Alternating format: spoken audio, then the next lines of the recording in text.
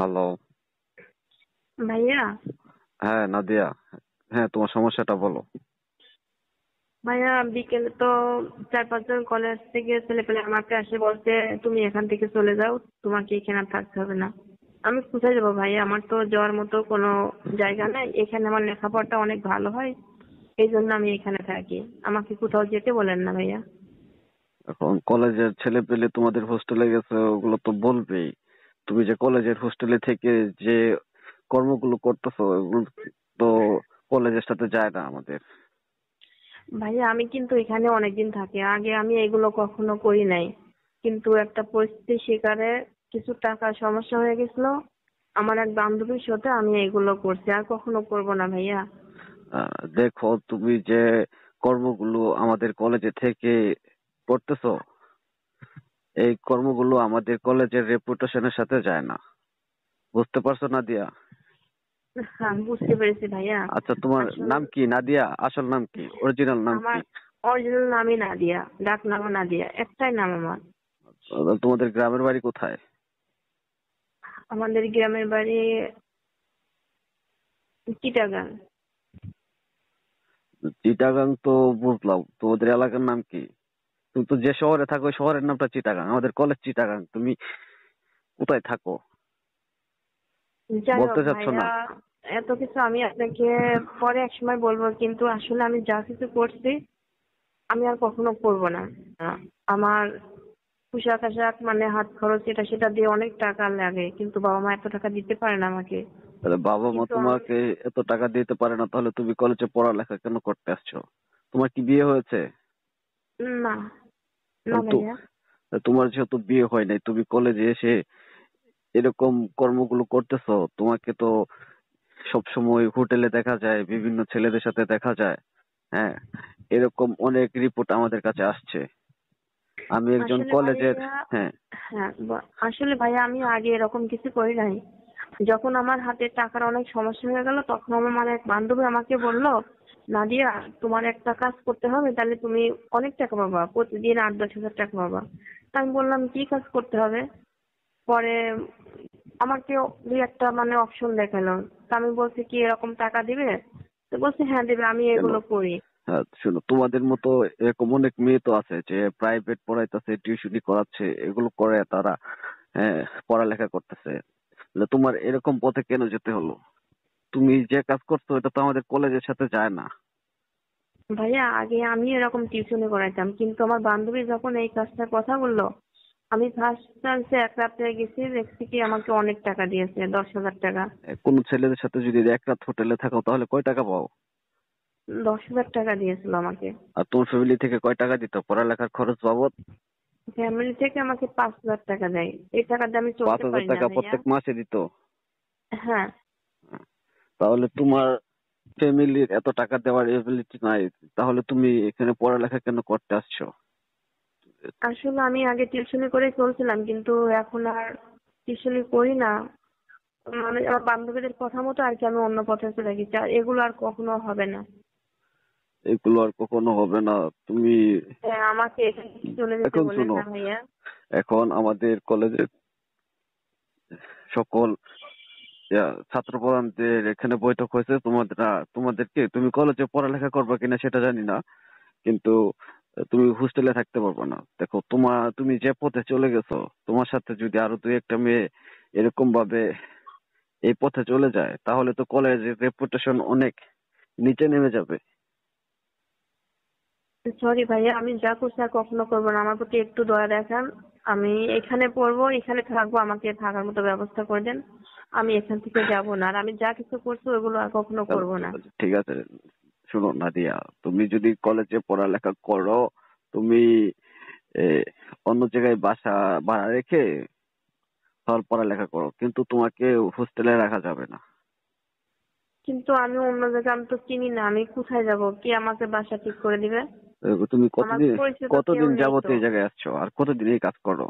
আমি এখানে আছি তো প্রায় 2-3 বছর, আমি কাজ করি মাত্র 3 মাস। তাহলে তাও তুমি। প্রতিনিয়ত যাই না তো, হ্যাঁ, সপ্তাহে একদিন 2 দিন আমার বান্ধবীরা আমাকে। এখন তুমি তোমাদের বান্ধবীদের কথা শুনে তুমি এরকম পথে চলে গেছো, এখন তোমারও তো আরো ফ্রেন্ড সার্কেল আছে, আছে না? অবশ্যই আছে। এখন তারা যদি তোমাকে, তুমি যদি তাদেরকেও বলো, তারাও তো তোমার পথে চলে যাবে। তুমি তুমি তো আর বিয়ে করো নাই, বিয়ে করছো? না, আমি বিয়ে করি নাই। তাহলে তুমি বিয়ে করো নাই, তুমি একটা অবিবাহিত মেয়ে হয়ে তুমি যে এসব কর্ম করতেছো, তাহলে তোমার হাজবেন্ডকে ঠকাচ্ছ না? কিন্তু আসলে আমি এতটা বুঝতে পারি নাই। তাহলে তুমি মুসলিম মেয়ে হয়েছে, তুমি যে এরকম কর্মগুলো করতেছো কলেজে এসে, তোমাদের ফ্যামিলি থেকে কি কোনো খোঁজ খবর নেয় না তোমার?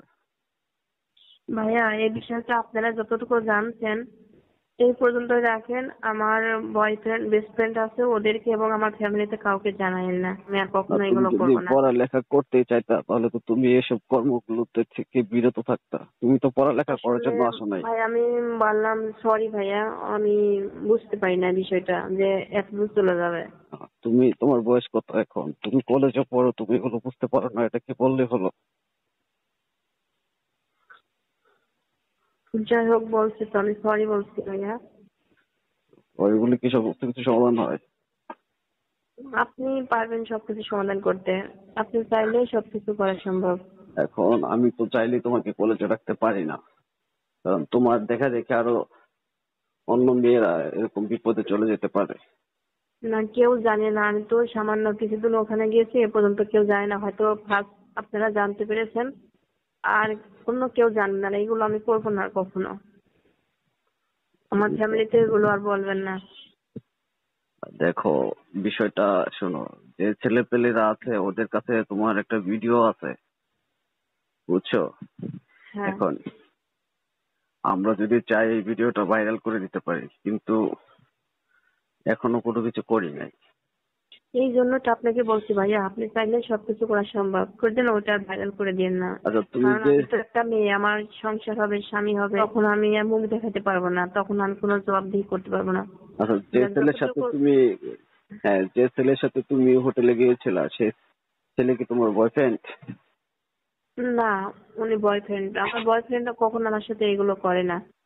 এখন যদি বয়ফ্রেন্ড হয় তাহলে বলো যে আমরা তোমাকে বিয়ে দিয়ে দিব ওর কাছে।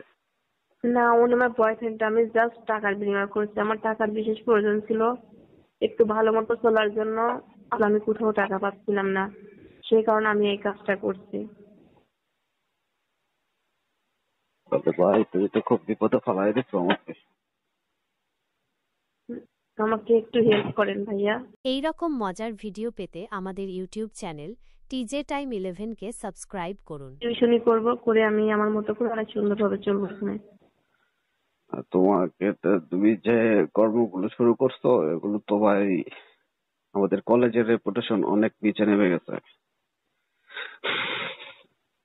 তো যে আর মেয়েটা হবে না। তোমাকে নিয়ে গিয়েছিল, ওই মেয়েটাকে, ওর নাম বলো।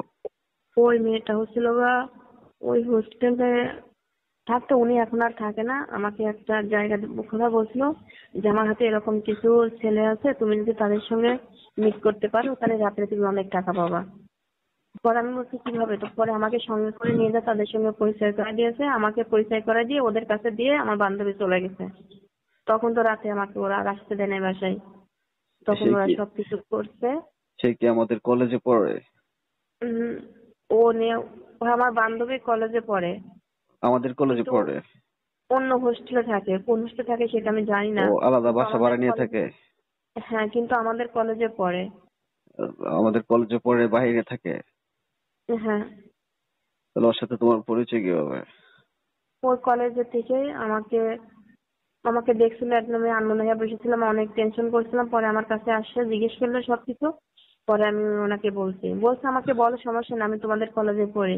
আচ্ছা তুমি যে, পরে শোনো, আমাদের কলেজে যে পড়ালেখা করতেছো, হ্যাঁ, আমাদের কলেজে তো গরিব স্টুডেন্টদের জন্য অনেক ছাড় আছে টাকা পয়সার দিক থেকে।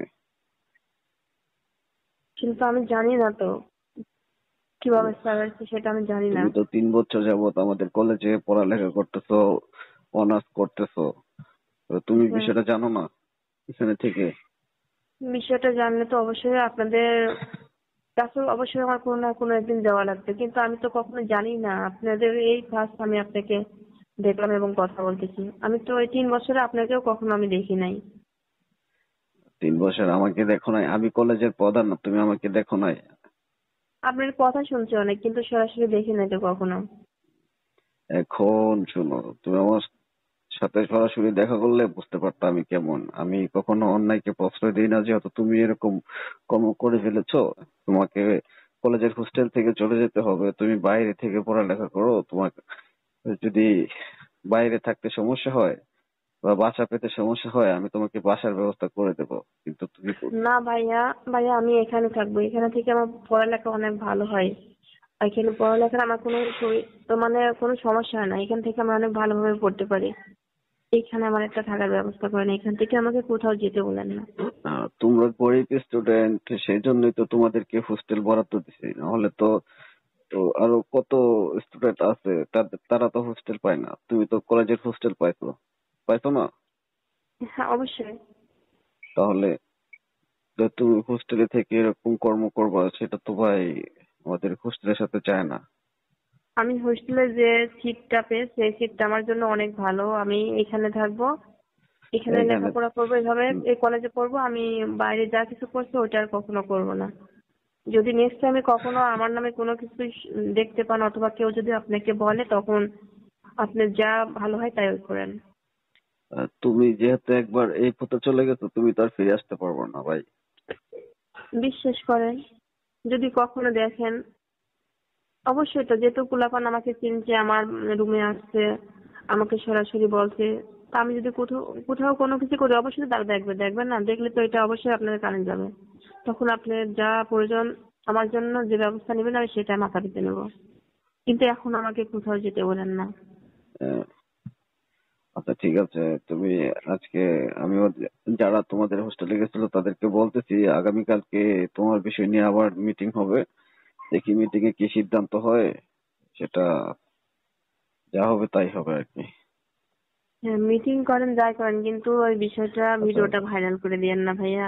আচ্ছা, ভিডিওর বিষয়টা আমি দেখতেছি। তুমি যেহেতু আমাদের কলেজে পড়ো, আমাদের বোন, হ্যাঁ তোমার বিষয়টা তো দেখবো। এখন তুমি ইচ্ছাকৃত ভাবে গেছো নাকি কারো কথা শুনে গেছো, সেটা তো দেখতে হবে। এখন বিষয়টা যদি আমাদের কলেজের স্যারদের কানে চলে যায়, তাহলে তো তোমাকে এক মুহূর্তে কলেজে রাখবে না, টিসি দিয়ে কলেজ আমি থেকে বের করে দেবে। আপনাদের হোস্টেলে থাকি, আপনাদের কলেজে পড়ি, আপনাদের কাছে আমি ফার্স্ট টাইম থেকে এই পর্যন্ত, কিন্তু আমাকে এভাবে কেন সরাই দিচ্ছেন? একটা ভুল নাই করছি, বলছি তো আর কখনো করব না। আর তুমি তো একটা ভুল 6 মাস ধরে করতেছো। তুমি বললা যে 6 মাস ধরে এইগুলো কাজ করো। 6 মাস না, এই 3 মাস। 3 মাসে প্রতিনিয়ত যাই না তো আমি আচ্ছা, তোর পরে। ফ্যামিলিতে কে কে আছে? ফ্যামিলিতে বাবা মা ভাই বোন সবাই আছে। তোমার বাবা কোথায় থাকে, দেশে না কি দেশের বাইরে? সবাই বাড়িতে থাকে না, সবাই বাড়িতে। তোমার বাবা কি বাংলাদেশে নাকি দেশের বাইরে থাকে? বাংলাদেশে থাকে। আমার কিন্তু বাবা বাইরে থাকলে তো, দেশের বাইরে থাকলে তো টাকার কোনো সমস্যাই কখনো হইতো না, কারণ বিদেশি টাকার টাকায় আমি সমস্যা অনেক হলে, ভালোভাবে চলতে পারতাম। আর এগুলো কাজ করে কি কেউ পড়ালেখা করে? তুমি যে বিয়ে করবো, তোমার হাজবেন্ড কে যে ঠকাচ্ছ, এই বিষয়টা কি তুমি একবার খেয়াল করে দেখেছো? আসলে অ্যাকচুয়ালি আমি টাকার জন্য এটা করছি, কিন্তু এখন আমি বুঝতে পারছি যে আসলে আমি খুব অন্যায় করছি। এখন তো বুঝতে পারলেও হবে না যে, আচ্ছা তুমি যে তোমার এটা হারাইছো, এটা কি ফিরে পাবা কখনো? না, ওটা কখনো ফিরে পাওয়া যাবে না। হ্যাঁ, তুমি যে তোমার হাজবেন্ড কে ঠকাইছো, যে যাকে তুমি বিয়ে করবা, বাংলাদেশের মাঝখানে এমনিতেই হাজার হাজার মানুষ, হুম এর সংখ্যা বেশি যে হুম এই বিবাহ 6 মাস, 2 মাস, 3 মাস এর বেশি টিকে না। হ্যাঁ, হুম। কিসের জন্য টিকে না? এই যে এইগুলো অবস্থার জন্য টিকে না। তোমাদের মতো মেয়েদেরকে কখনো সংসার হয় না। যাই হোক, এখন বিয়ে শাদী করবো না, বিয়ে শাদী করতে অনেক দেরি আছে। হয়তো বিষয়টা যদি একটু অন্যরকম হয়ে যায় আচ্ছা ঠিক আছে, আমি তাহলে কোনো ভিডিওর, সমস্যা হবে না। হ্যাঁ ভিডিওর ব্যবস্থাটা আমি করতেছি। ভিডিও কখনো ভাইরাল হবে না। হুম আর যদি তুমি মন থেকে ভালো হতে পারো, সেটাও তোমাদের উপর। আর দেখি, আমি তোমার সাপোর্ট করব, যে হোস্টেলে তোমাকে রাখার সাপোর্টটা আমি করব। তারপরেও দেখি যে আমাদের ছাত্র সংসদে তো অনেক হুম লোকজন আছে। জি আর ভাইয়া। হ্যাঁ, সবার উপরে তো আমি, তাই না? আমি তোমার সাপোর্ট করব। তুমি যেহেতু হুম আমাকে জানাইছো, তুমি আজকে সারাদিন অনেকবার ফোন দিছো আমাকে।